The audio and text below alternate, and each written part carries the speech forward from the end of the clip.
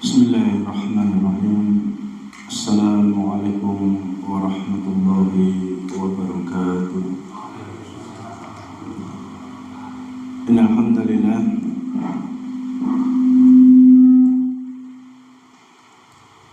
assalatu wassalamu ala Rasulillah sallallahu alaihi wasallam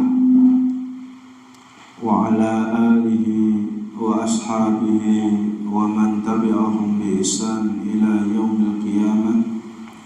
Qala Allah ta'ala ya ayyuhalladzina amanu taqullaha haqqa tuqatih wa la tamutunna illa wa antum muslimun. Ya ayyuhan nasu taqu rabbakumul ladzi khalaqakum min nafsin wahidah wa khalaqa minha zawjaha wa batha minhuma rijalan katsiran wa nisaa'a wattaqullaha alladzi tasaaluna bihi wal arham innallaha kana 'alaikum raqiba. Ya ayyuhalladzina amanu taqullaha wa qulu qawlan sadida yuslih lakum a'malakum wa yaghfir lakum dhunubakum wa may yuti'illah wa rasulahu faqad faza fawzan 'azima. Amma ba'd. Jamaah sekalian yang dirahmati Allah Subhanahu wa taala, dalam kesempatan yang berbahagia ini marilah kita senantiasa memohon, meminta kepada Allah Subhanahu wa taala agar Allah senantiasa memberikan istiqomah kepada diri kita di atas dinul Islam, agama yang mulia ini, dan semoga Allah senantiasa memberikan taufik hidayah kepada kita semua, taufik hidayah di atas Islam, di atas sunnahnya Rasulullah Sallallahu Alaihi Wasallam, diberikan kepada kita khususnya yang hadir di sini dan umumnya kepada masyarakat di sekitar kita. Amin ya rabbal alamin. Jamaah sekalian yang dirahmati Allah Subhanahu wa taala, dan dalam kesempatan ini insyaallah taala kita akan lanjutkan kembali kajian kita membahas kitab tafsir Aisarut Tafasir karangan Syekh Abu Bakar Jabir Al-Jazairi rahimahullah ta'ala.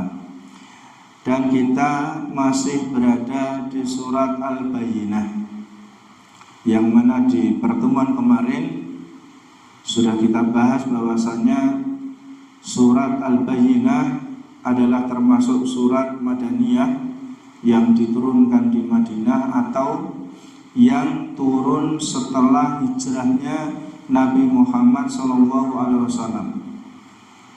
Kemudian ayat-ayatnya ada 8 ayat. Kemudian sudah kita bahas 5 ayat. Kemudian kita akan meneruskan 3 ayat yang terakhir ini. A'udzu billahi minasyaitonir rajim. Innal ladzina kafaru, sesungguhnya orang-orang kafir, min ahlil kitabi wal musyrikina, dari golongan ahlil kitab, yaitu orang-orang Yahudi, orang-orang Nasrani, wal musyrikin, dan orang-orang musyrik, berarti orang-orang yang menyembah kepada selain Allah Subhanahu wa taala. Dia menyembah Allah tapi menyembah kepada selain Allah juga. Fi nari jahannam khalidina fiha, maka mereka akan masuk ke dalam neraka jahanam kekal selama-lamanya. Penjelasan dari ayat ini bil islami wa nabiyhi wa kitabihi, yaitu orang-orang yang kufur, tidak percaya, tidak mau masuk ke dalam agama Islam. Jadi orang-orang kafir di sini adalah orang-orang yang tidak mau masuk dalam agama Islam. Wa nabiyhi, orang-orang yang tidak mengaku, mengikrarkan bahwasanya Muhammad Sallallahu Alaihi Wasallam itu adalah sebagai Rasulullah. Nabi Muhammad tidak dianggap oleh mereka. Wa kitabihi, dan mereka tidak beriman kepada kitab, yaitu Al-Quran. Siapa mereka ini? Dari ahlul kitab, hum al-Yahud wan Nasoro, orang-orang Yahudi, orang-orang Nasrani. Ya, kemarin sudah kita bahas bahwasanya di antara orang-orang yang kafir itu adalah dua macamnya. Pertama ahlul kitab, siapa? Yahudi dan Nasrani. Kemudian orang musyrik, siapa? Yaitu orang-orang yang tidak menyembah kepada Allah saja selain dari ahlul kitab. Ini adalah orang-orang musyrik. Jadi mereka ini kekal di dalam neraka. Ulaika hum syarrul bariyah ay syarrul khaliqah. Mereka ini adalah orang-orang yang menjadi sejelek-jelek makhluk. Jadi syarrul khaliqah, sejelek-jelek makhluk. Walaupun secara fisik mereka seperti kita, baik, ya fisiknya baik, ganteng, cantik, ya, dan seterusnya. Tetapi di sisi Allah Subhanahu wa taala, karena dia tidak memiliki iman kepada Allah, tidak memiliki kepercayaan kepada Nabi, tidak percaya kepada Al-Quranul Karim, maka mereka disebut sebagai syarrul bariyah, syarrul khaliqah, yaitu sejelek-jelek makhluk. Innal ladzina amanu, sesungguhnya orang-orang yang beriman, wa amilus solihati, dan orang-orang yang beramal soleh, ulaika hum khairul bariyah, maka mereka ini adalah sebaik-baik makhluk. Siapa orang-orang yang beriman? Siapa orang-orang yang beramal soleh? Amanu bil Islam, yaitu orang-orang yang mengimani Islam, wa nabihi, mengimani Nabi Muhammad, wa kitabihi, mengimani kitab, ya, kitab Al-Quran, wa amilus solihat, dan orang-orang yang beramal soleh. Dan standarisasi soleh atau tidaknya seseorang itu adalah ketika orang tersebut menyesuaikan dengan apa yang diperintahkan dan dilarang oleh Nabi Muhammad SAW, maka mereka ini adalah orang-orang yang soleh. Jadi ukuran seorang soleh atau dia beramal soleh adalah menepati sesuai yang diajarkan Nabi Muhammad SAW, bukan soleh sesuai dengan ukuran yang ada di umumnya masyarakat. Misal ada seorang remaja, ya ketika ketemu siapapun dia mesti cium tangan.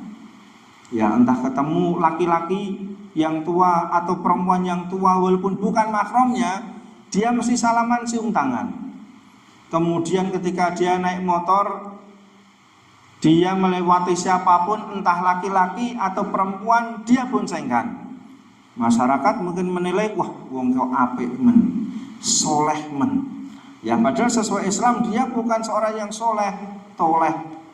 Ya, seorang yang toleh dia itu. Kenapa? Ya kalau pas mahramnya nggak ada masalah. Tapi kalau pas bukan mahramnya, ya tidak selayaknya dia untuk boncengkan, untuk salaman dan seterusnya.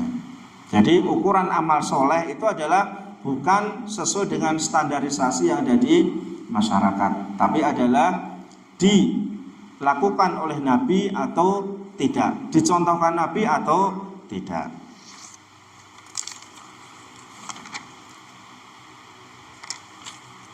Ulaika hum khairul bariyah, hum khairul khaliqah. Maka orang yang beriman dan beramal soleh ini adalah mereka termasuk dari sebaik-baik makhluk.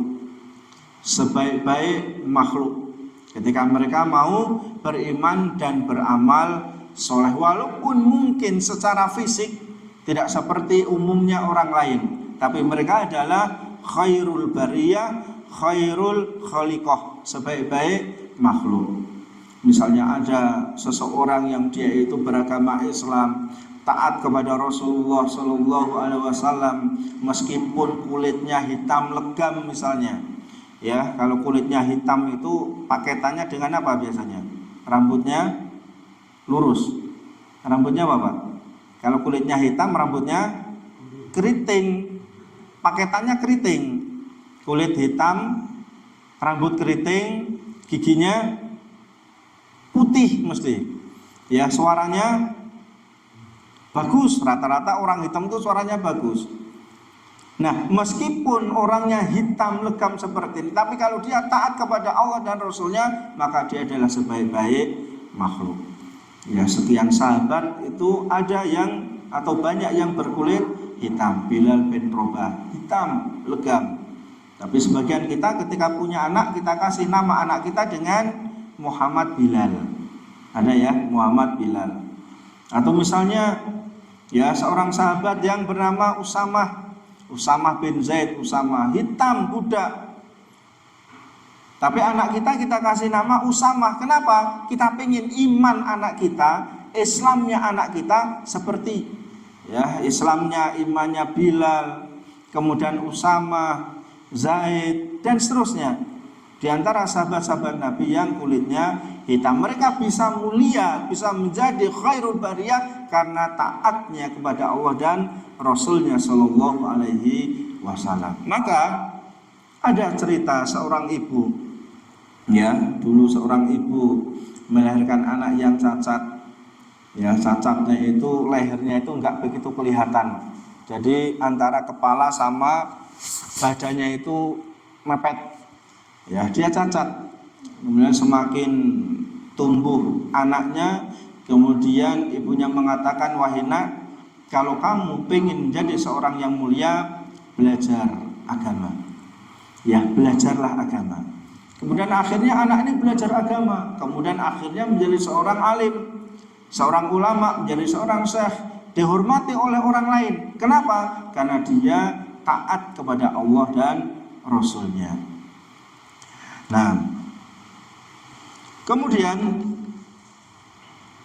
jazaohum 'inda rabbihim jannatu 'adnin tajri min tahtihal anhar.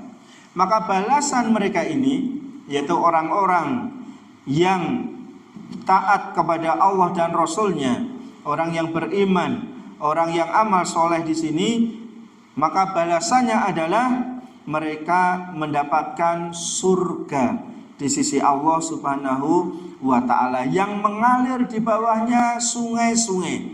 Khalidina fiha abada, kekal di dalamnya selama-lamanya. Radhiyallahu anhum wa radu'an. Allah ridho kepada mereka, Allah cinta sayang kepada mereka, mereka pun cinta sayang kepada Allah Subhanahu wa ta'ala. Ya, jadi saling mencintai, saling menyayangi antara Allah Subhanahu wa ta'ala dan orang-orang mukmin, orang-orang mukmin dan orang-orang yang beramal soleh ini. Kemudian tadi dia menempati jannat, surga. Jadi maksud dengan jannatu adn di sini adalah basatinu iqamah daimah. Kebun-kebun yang kekal abadi. Kebun-kebun yang kekal abadi. Karena ketika kita hidup ini, kita meyakini bahwasanya kita hidup di dunia ini adalah hanya sementara. Pasti kita itu akan mati. Kemudian kalau sudah mati dan kita nggak tahu mati kita itu kapan, kita akan memasuki fase ketiga, yaitu di alam kubur, alam barzah. Kemudian setelah itu akan masuk alam akhirat. Kemudian disitulah kita akan mendapatkan hisab dari Allah Subhanahu wa ta'ala, persidangan mahkamah oleh Allah Subhanahu wa ta'ala. Kemudian nanti akhir dari kehidupan akhirat kita, kalau tidak masuk surga berarti masuk neraka. Jadi pilihannya dua, kalau tidak surga adalah neraka. Dzalika liman khasyya rabbah. Maka yang demikian itu diperuntukkan bagi orang-orang yang benar-benar takut kepada Allah Subhanahu wa ta'ala. Jamaah yang dimuliakan Allah Subhanahu wa ta'ala, makna ayat. Sekarang kita lihat kepada tafsir ayat ini. Tadi baru artinya. Qauluhu ta'ala innal ladzina kafaru min ahlil kitab wal musyrikin. Sesungguhnya orang-orang kafir dari kalangan ahlul kitab dan orang-orang musyrik, innahu ba'da an bayyana dinal haqqa, setelah Allah Subhanahu wa ta'ala menjelaskan agama yang hak, dan kita harus meyakini bahwasanya Islam itu adalah agama yang hak. Ya, inna dina indallahil Islam. Sesungguhnya agama yang di sisi Allah hanyalah agama Islam, dan Islam adalah agama yang hak, Islam adalah agama yang benar, dan ini harus jadi keyakinan pada hati kita masing-masing. Al-munji minal adab. Kemudian setelah Allah Subhanahu wa taala menjelaskan tentang agama yang hak, yang bisa menyelamatkan dari adab, jadi yang bisa menyelamatkan diri kita dari adab Allah, itu adalah agama Islam. Ya, selain Islam tidak ada yang bisa menyelamatkan diri kita dari adab Allah Subhanahu wa taala. Wal mujibu lin naim. Dan setelah Allah Subhanahu wa taala menjelaskan bahwasanya Allah akan memberikan kenikmatan-kenikmatan, wa huwa dinul Islam, yaitu kenikmatan pada agama Islam. Akhbaru ta'ala anna man kafara min ahli kitab. Kemudian Allah Subhanahu wa taala mengkhabarkan bahwasanya orang yang kafir dari ahlul kitab, wa minal musyrikin, dan dari orang-orang musyrik, hum fi nari jahannam khalidina fiha, mereka kekal di neraka selama-lamanya. Ya, maka ini adalah perbedaan antara kita sebagai seorang muslim dan mereka menjadi orang kafir. Orang muslim di akhirat akan dikekalkan oleh Allah Subhanahu wa taala di dalam surga dengan syarat selama dia hidup tidak melakukan perbuatan kesyirikan kepada Allah Subhanahu wa taala. Menyembah Allah tapi masih menyembah kepada selain Allah. Minta kepada Allah masih minta kepada selain Allah. Percaya kepada Allah tapi masih percaya kepada dukun, kepada tukang sihir. Doa kepada Allah, doa kepada selain Allah. Korban untuk Allah tapi terkadang korban diperuntukkan kepada selain Allah Subhanahu wa taala. Maka orang-orang seperti ini tidak akan selamat ketika mereka berada di akhirat. Maka kita bersyukur kepada Allah Subhanahu wa taala bahwasanya kita sekarang ini beragama Islam, dan ini harus yang tetap ada pada kita, wala tamutunna illa wa antum muslimun. Jadi janganlah kalian mati kecuali mati dalam keadaan Islam. Dan ini tidak bisa kita anggap sebagai hal yang gampang remeh. Alah, kemarin tetanggaku meninggal, itu juga meninggalnya enak. Saya juga mesti enak karena saya lebih sregep sholatnya, saya lebih sregep jamaahnya misalnya. Ya belum tentu, kita hanya bisa memohon, meminta kepada Allah. Kemarin rekan saya meninggalnya Masya Allah husnul khotimah. Mungkin saya juga seperti itu. Ya saya juga orang baik, ya gak bisa seperti itu juga. Intinya kita minta, mohon kepada Allah Subhanahu wa ta'ala, ya, agar kita tetap istiqomah di atas Islam, di atas iman, di atas ketakwaan, di atas ketaatan kepada Allah Subhanahu wa ta'ala dan Rasulnya Sallallahu alaihi wasallam. Hum fi nari jahannam khalidina fiha. Maka ahlul kitab dan orang-orang musyrik ini harus kita yakini kalau mereka mati pasti mereka itu masuk ke dalam neraka jahanam. Pasti mereka itu akan disiksa oleh Allah Subhanahu wa ta'ala. Karena Quran banyak berbicara tentang ini. Hadis Nabi banyak berbicara tentang ini, ancaman bagi orang-orang yang tidak beragama Islam. Makanya salah besar ketika ada orang mengatakan sudah nggak usah debat karena semua agama adalah sama, misalnya semua agama adalah baik. Salah pedoman seperti itu. Agama beda, karena agama yang diakui Allah adalah agama Islam. Kemudian agama yang terbaik adalah agama Islam, dan selain Islam adalah orang-orang kafir, orang-orang musyrik. Itu dalam masalah agama, kepercayaan. Tetapi beda lagi dengan masalah muamalah.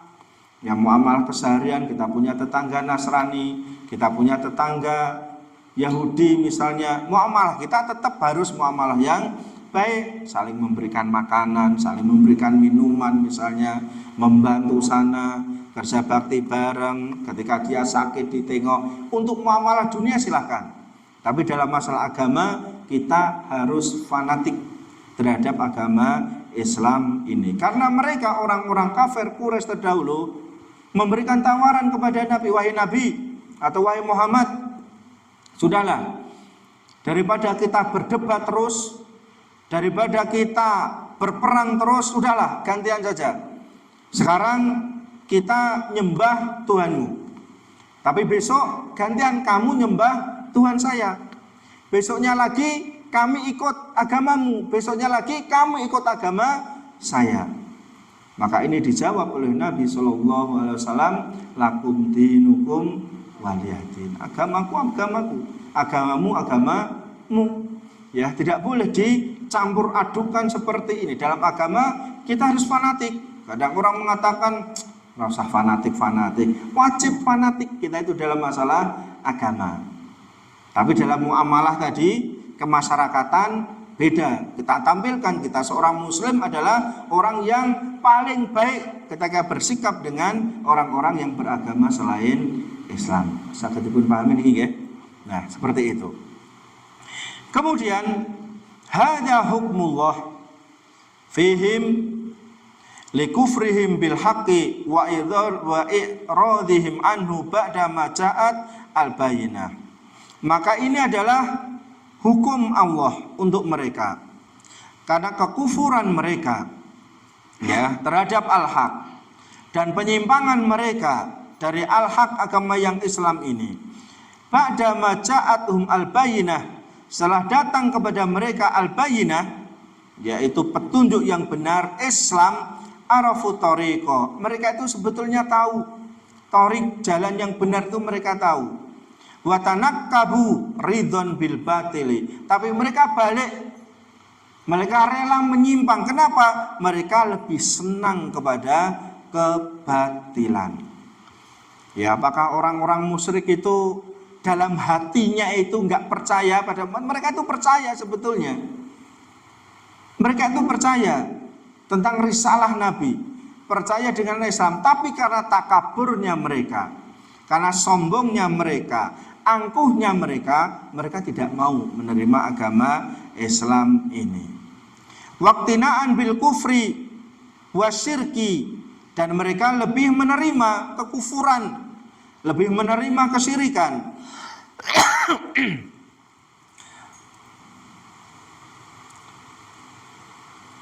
Badalan imani wa tauhid, sebagai ganti dari iman dan tauhid.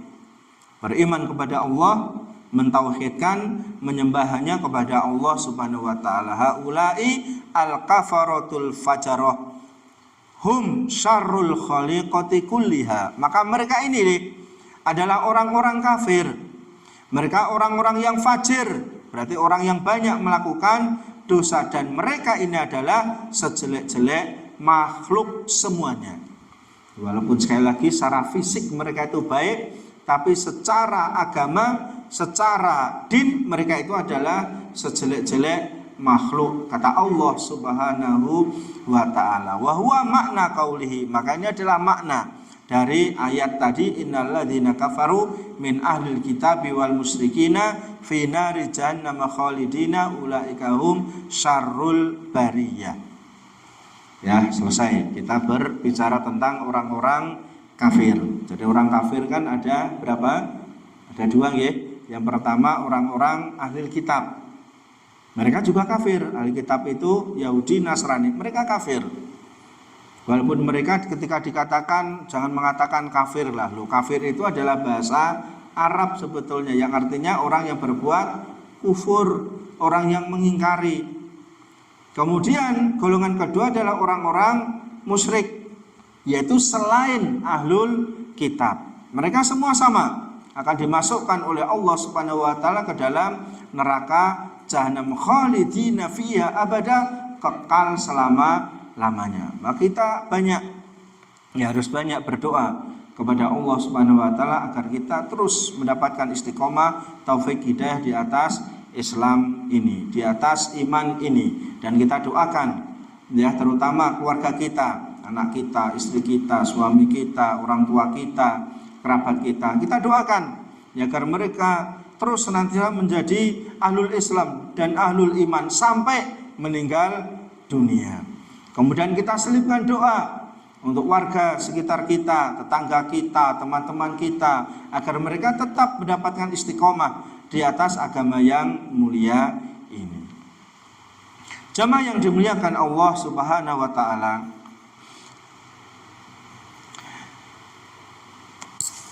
kama akhbaro ta'ala bi anna jaza man amana billah wa rasulih.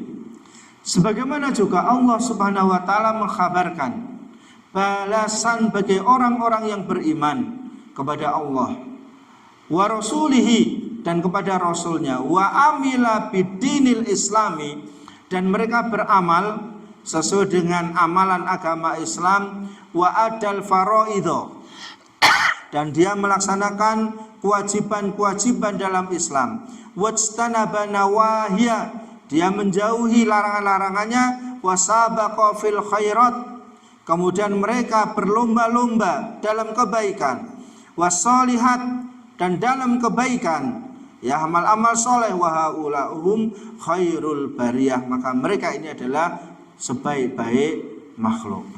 Jadi dijelaskan di sini, setelah dijelaskan keadaan orang-orang kafir, orang musyrik, kemudian dalam ayat ini menjelaskan bagaimana orang-orang yang beriman. Maka balasan bagi orang-orang yang beriman. Siapa orang yang beriman itu? Yang beriman kepada Allah dan Rasul-Nya. Kemudian dia beramal sesuai kemampuannya dalam agama ini. Semampu dia melakukan sholat, ya, melakukan puasa, karena disebut di sini fa'adal faraidho, dan dia melakukan kewajiban-kewajiban dalam agama Islam ini. Setelah dia mengucapkan syahadat, sholat tidak pernah dia lewatkan. Jadi untuk kita semua sholat jangan sampai terlewat. Ya, kadang-kadang kita itu tasahul, menggampangkan diri ketika kita safar pergi kemana, wah lagi sulit, sekali-kali ora sholat lah misalnya. Ya nggak boleh seperti itu. Dimanapun kita bisa melakukan sholat, di bis bisa melakukan sholat. Ya, kemudian kita di kereta api, di pesawat, di kapal bisa kita melakukan sholat. Nggak ada tempat, di jalan pun kita juga bisa melakukan sholat. Ya, puasa, zakat, dan seterusnya. Itu adalah kewajiban-kewajiban yang harus kita lakukan. Dan ini termasuk dari amal kebaikan dalam agama Islam. Wastanaba nawahi, kemudian orang yang menjauhi apa-apa yang dilarang. Ya, dia tidak berbuat syirik, dia tidak pergi ke dukun, kehilangan apapun pada diri dia, nggak pernah dia lari ke dukun misalnya. Ya, kemudian keseharian dia percaya betul kepada Allah, bukan kepada selainnya. Kemudian dia tidak minum minuman keras, ya, syurbul khamr, minuman keras tidak, judi tidak, makan riba, bergelut dengan riba juga tidak, mencuri juga tidak. Ya, dia upayakan menjauhi hal-hal yang dilarang oleh agama ini. Wasabaqa fil khairat, kemudian dia berlomba-lomba dalam khairat wasolihat, dalam hal-hal yang baik, mendatangi sholat berjamaah. Ya, sama-sama sholat. Kalau kita bisa jamaah di masjid, masya Allah pahala itu akan lebih besar, lebih besar. Apalagi kita sekali lagi nggak tahu, ya, umur kita itu sampai kapan. Ya, salah satu ustadz mengisi sini dalam keadaan sehat, ya akhirnya juga meninggal dunia juga. Dan nggak ada yang menyangka seperti itu. Ya, rahimahullah ta'ala. Kita nggak tahu umur kita bagaimana. Maka kita musabaqah, tasabuk fil khairat wasolihat, berlomba-lomba semampu kita melakukan kebaikan-kebaikan, pahala-pahala. Ya, tadi hadir dalam sholat jamaah. Kalau kita sholat di rumah, pahalanya hanya berapa? 1. Ya, kemudian kalau di masjid 27. Kalau sehari saja sudah beda. 1 kali 5, 5. 27 kali 5 itu sudah 135. Ya sudah beda. Itu kalau sehari itu sudah 5 dan 135. Belum lagi nanti 1 pekan, 1 bulan. Jauh bedanya. Karena terkadang sebagian masyarakat menganggap ya nggak apa-apa kan di rumah kalau kita sholat dengan keluarga kita kan itu termasuk sholat jamaah. Bukan. Ya, dijelaskan dalam kitab-kitab fikih kalau itu termasuk sholat jamaah yang dibolehkan, maka tentunya Nabi tidak akan mengatakan kepada Abdullah bin Umi Maktum boleh sholat di rumah. Ya, kita tahu Abdullah bin Umi Maktum seorang yang buta, umurnya tua, tidak ada yang nuntun pergi ke masjid, rumahnya jauh dari masjid, kemudian harus melalui kebun-kebun atau hutan, ya, kemudian ada binatang-binatang gurun pasir yang ganas ketika itu. Tapi ketika bertanya kepada Nabi, bolehkah saya sholat di rumah? Kata Nabi, boleh. Ketika dia mulai berjalan, sebentar, hal sami tanida, apakah kamu mendengar adzan? Kata Abdullah bin Maktum, naam. Fa'ajibhu, hendaklah engkau jawab adzan tadi, engkau pergi ke masjid. Ya, itu kalau seandainya orang seperti itu boleh, maka dia akan sholat di rumah. Ternyata yang seperti itu pun tetap ya diperintahkan Nabi untuk sholat berjamaah di masjid. Nah, kita belum tua, masih muda semua nih, ya. Masih seger-seger, masih muda, ya. Kemudian juga ke masjid juga gampang, dekat. Ya, pas kesel pelaku ya motoran juga bisa. Kemudian masjid juga dekat, tidak jauh, hanya situ-situ aja, satu komplek perumahan. Kemudian ke sini jalannya aman atau tidak aman di sini? Aman nggih? Apa ada begal-begal di pinggir jalan? Nggak ada ya, di gang-gang begal nggak ada. Berarti kan aman kesininya. Apakah melalui hutan-hutan? Jalannya cor semua ini, aspalan. Ya. Maka sebetulnya tidak ada alasan kita itu untuk sholat di rumah. Ya, kita kan jamaah. Kalau sana kan sudah ada imamnya di masjid, rumah kan nggak ada. Ngujari sopo kadang juga masih surung-surungan ya. Ya, kue seperti itu.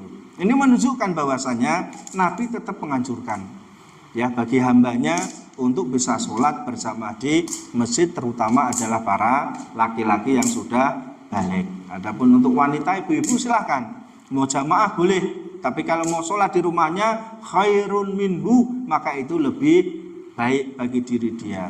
Dan para bapak-bapak nggak boleh melarang istrinya untuk sholat jamaah di masjid. Pahalanya bagaimana? Sama. Ya, laki-laki perempuan sama ketika sholat berjamaah di masjid, pahalanya sama. Tapi kalau perempuan sholat di rumah lebih baik, ya lebih baik. Yaitu berarti kita berusaha ya melaksanakan amal-amal yang baik, ya seperti baca Quran. Ya kita upayakan membaca Al-Quran. Kita harus terus tasabuk, berlomba-lomba untuk melakukan kebaikan, infak. Ya, senyum dengan orang lain, tidak membuat kerusuhan, tinggal di perumahan tidak menjadi benalu, ya, tapi menjadi bunga, ya, bunga petai, Pak, ya. Ya, menjadi bunga di sini. Dibutuhkan, dimanfaatkan, Masya Allah.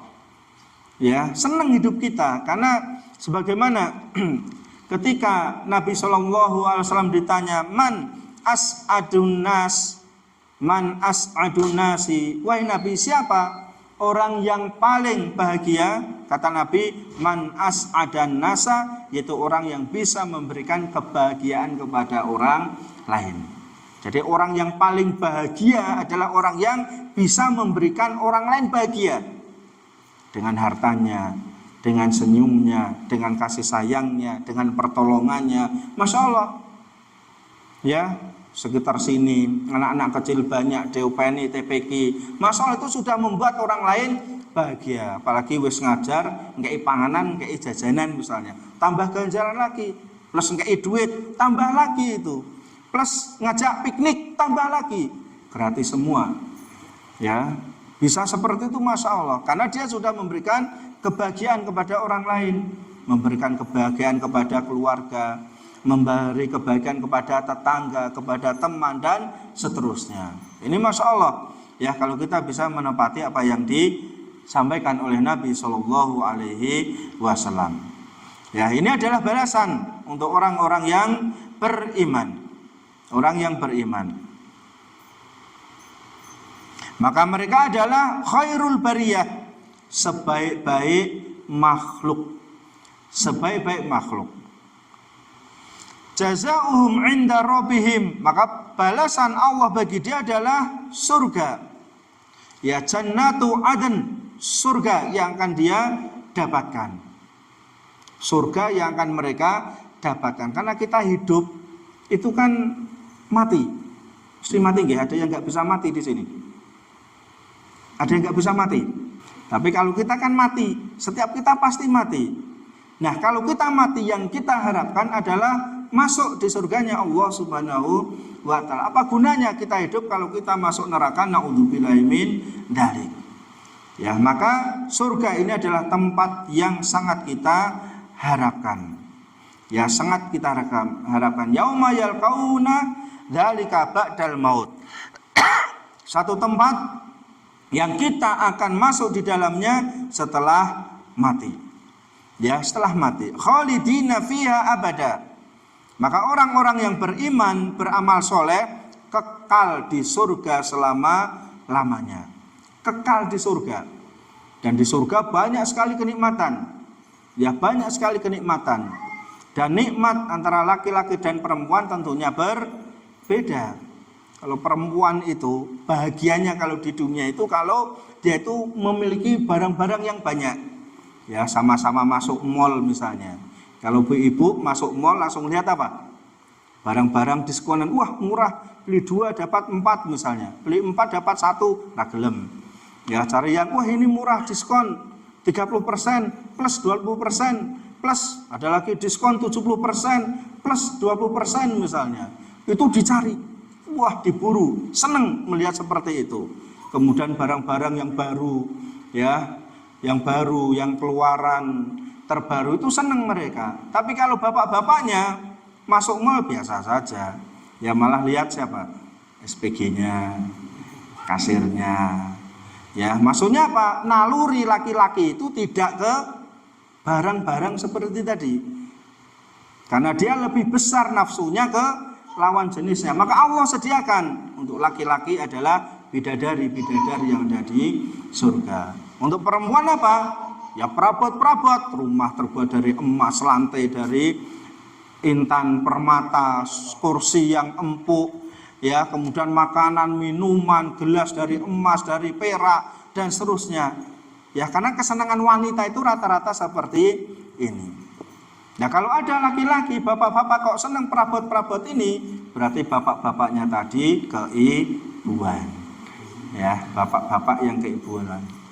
Kalau ibu kok lebih mementingkan nafsunya, berarti ibu-ibu yang kebapaan yang seperti itu. Tapi biasanya umumnya yang seperti tadi. Ya khalidina fi abada, kekal berada di dalamnya. Radhiyallahu anhum maradu'an, Allah ridho kepada mereka. Apa artinya ridho? Senang, cinta, sayang. Ya, kalau Allah sudah ridho kepada kita, masya Allah, nikmat yang sangat luar biasa, nikmat yang sangat besar untuk bagi kita semuanya. Kalau Allah sudah ridho, berarti Allah cinta, sayang, senang kepada diri kita. Ya, kita enggak disenangi pasangan kita, ibu enggak disenangi suaminya, kita enggak disenangi istri kita. 3 hari saja, wah sudah kembang kempis kita itu. Ya, didiemin seminggu, kita orang senang seperti itu. Kita enggak disenangi mertua kita, orang tua kita, anak kita, sedih kita itu. Apalagi tidak disenangi, tidak diridhai oleh Allah Subhanahu wa ta'ala. Dan akan didapatkan khusus untuk orang-orang yang beriman, beramal soleh, ridho dari Allah Subhanahu wa ta'ala. Bisa babi imanim wa ta'atihim, iman mereka dan taatnya mereka kepada Allah Subhanahu wa ta'ala. Allah ridho kepada mereka. Waradu'an, dan mereka pun ridho, senang kepada Allah Subhanahu wa ta'ala. Bisa babi maka ma wahabahum wa atahum minan na'imil muqimi fi darissalam, karena mereka mendapatkan kenikmatan yang abadi, yaitu surganya Allah Subhanahu wa ta'ala. Maka orang yang sangat geblinger, ya, kalau dia itu tidak mau dimasukkan ke dalam surga, nggak apa-apa, demi ini saya rela masuk neraka katanya. Naudzubillah min dzalik, rela masuk neraka coba. Padahal siksa di neraka tidak akan berhenti. Hancur tubuhnya, kembali lagi. Hancur tubuhnya, kembali lagi. Sampai kapan? Terus selamanya. Ya, naudzubillah min dzalik yang seperti itu. Dzalika liman khasyya rabbah, demikian itu. Ya, demikian itu karena mereka itu takut kepada Rabb-nya. Maka kita tanamkan pada diri kita rasa takut kepada Allah Subhanahu wa ta'ala. Sehingga harapan kita ketika diri kita takut kepada Allah, kita akan lebih beriman kepada Allah. Kita lebih bertakwa kepada Allah Subhanahu wa ta'ala. Kemudian kita akan berusaha menjauhi apa yang dilarang oleh Allah Subhanahu wa ta'ala kalau kita takut kepada Allah Subhanahu wa ta'ala. Sampai-sampai dulu ada kisah Israiliyat, ada seseorang sangat takutnya akan azab dari Allah Subhanahu wa ta'ala pada diri dia. Ketika dia mau mati, dia panggil anaknya, "Wahai anakku, nanti kalau saya mati, ingat pesan ayah kepada kamu. Pertama, bakar tubuh ayah." Dia apa namanya? Oh, kremasi. Ya, bakar tubuh ayah.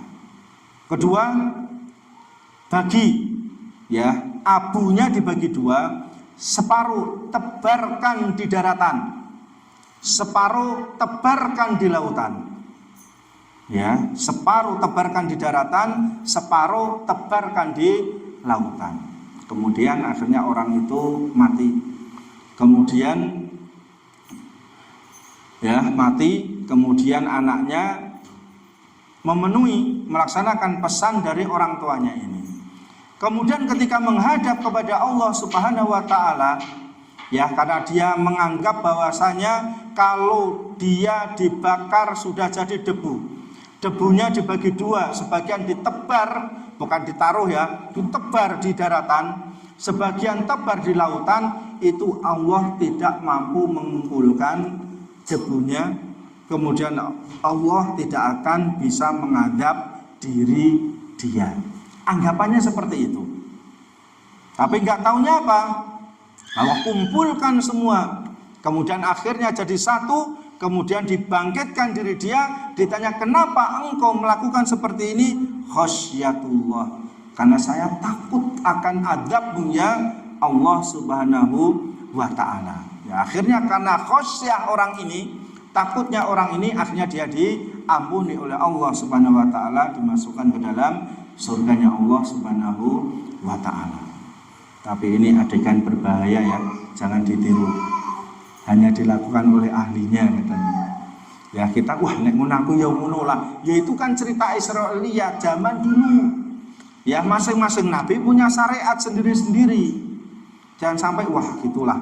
Ya nanti pokoknya kalau ditanya bangkikan, khasyatullah, saya takut kepadamu, saya takut akan adabmu, saya berharap tidak dihisap olehmu.